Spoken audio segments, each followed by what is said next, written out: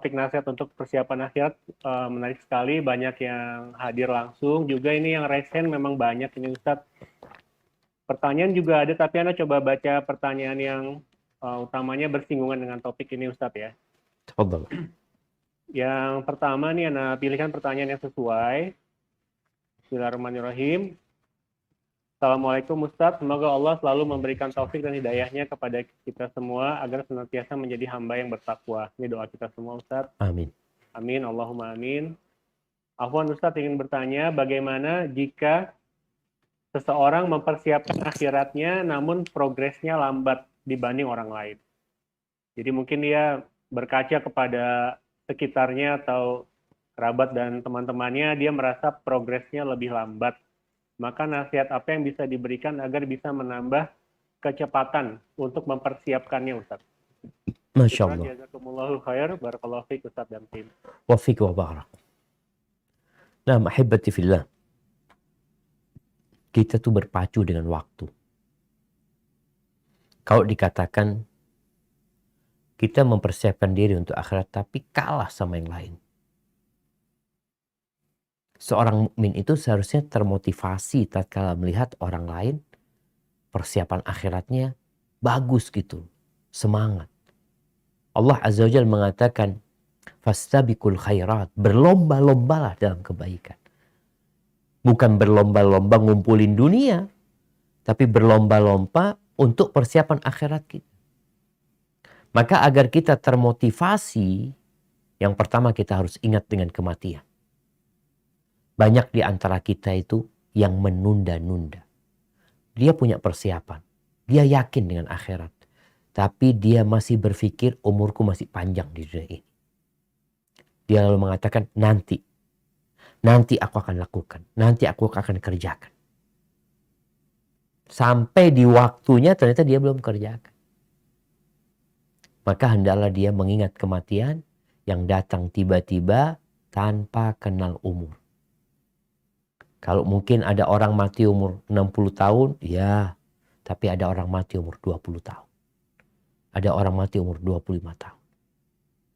Itu cara pertama. Cara yang kedua adalah berdoa memohon kepada Allah Azza wa Jalla.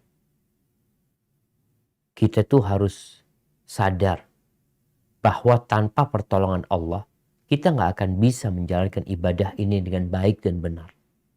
Setiap sholat aja kita senantiasa mengulangi mengatakan iyyaka na'bud wa iyyaka nasta'in.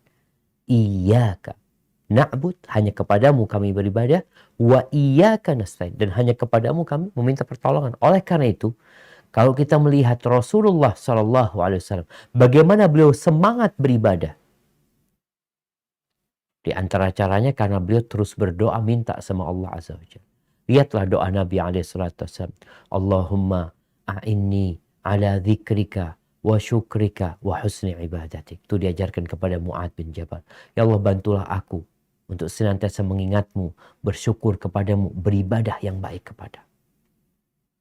Doa beliau meminta kepada Allah Azza wa Jalla, Allahumma qsim lana min khasyatik ma tahulu bihi bainana wa baina ma'asik. Ya Allah, bagikan buat aku rasa takut kepadamu yang dengannya aku terhalang dari kemaksiatan. Wa min ta'atika ma tuballighuna bihi jannatak, dan bagikan buat aku ketaatan kepadamu ya Allah, yang dengannya aku bisa masuk ke surga. Minta sama Allah. Beliau berdoa mengatakan, Allahumma habib ilainal iman. Ya Allah, cintakan kepada kami keimanan. Habib ilainal iman wa taqwa. Habib ilainal iman wa zayyinhu fi qulubina. Wa karrih ilainal kufra wal fusuq wal isyan. Ya Allah, cintakan kepada kami ya Allah keimanan, dan hiasi iman itu di hati kami, dan bencikan kepada kami kekufuran, kefasikan dan dosa-dosa, dan jadikan kami orang-orang yang mendapatkan petunjuk. Berdoa banyak doa. Coba antum perhatikan doa-doa Nabi SAW, yang kalau kita lihat beliau memohon kepada Allah agar dikasih kekuatan untuk terus dapat beramal soleh dan selamat dari kemaksiatan. Yang ketiga, perlu ganti kawan kadangkala kita. Karena Kita tuh berkawan dengan orang-orang yang malas. Kita melihat di sekitar kita ada orang-orang yang taat, ada orang yang berlomba-lomba ke jalan Allah Azza wa Jal, berlomba-lomba ke masjid, kita masih lambat. Kenapa? Karena kita punya kumpulan yang lambat semuanya. Biasanya kalau kita ganti kumpulan, umpamanya ada orang yang adzan langsung berangkat ke masjid. Antum cari yang kayak gitu. Ada yang adzan tidur-tiduran dulu. Ya antum akhirnya ikut tidur-tiduran. Maka itu termasuk cara agar kita berlomba-lomba. Sampai Hasan al-Basri mengatakan, kalau engkau melihat orang yang ya bersaing denganmu dalam urusan dunia, maka engkau saingi dia dalam urusan akhirat. Dunia jangan terlalu jadi pikiran. Bagaimana aku menyaingi dia dalam urusan akhirat. Kalau dunia jemaah, kita bersaing, biasanya akan sampai titik hasad nanti. Umpamanya bersaing untuk mendapatkan jabatan kepala. Kepalanya cuma satu. Kalau bicara Anda bersaing sama 5 orang, ya Anda akan ribut sama 5 orang tuh. Karena apa? Yang duduk di situ cuma 1 orang. Tapi kalau kita bersaing untuk dapat akhirat, engkau mau punya apa di akhirat? Aku mau di surga Firdaus, cukup buat semua orang. Jadi persaingan yang tidak akan menimbulkan hasad di antara orang-orang yang bersaing dan bersaing untuk mendapatkan akhirat. Hadza wallahu a'lam bissawab.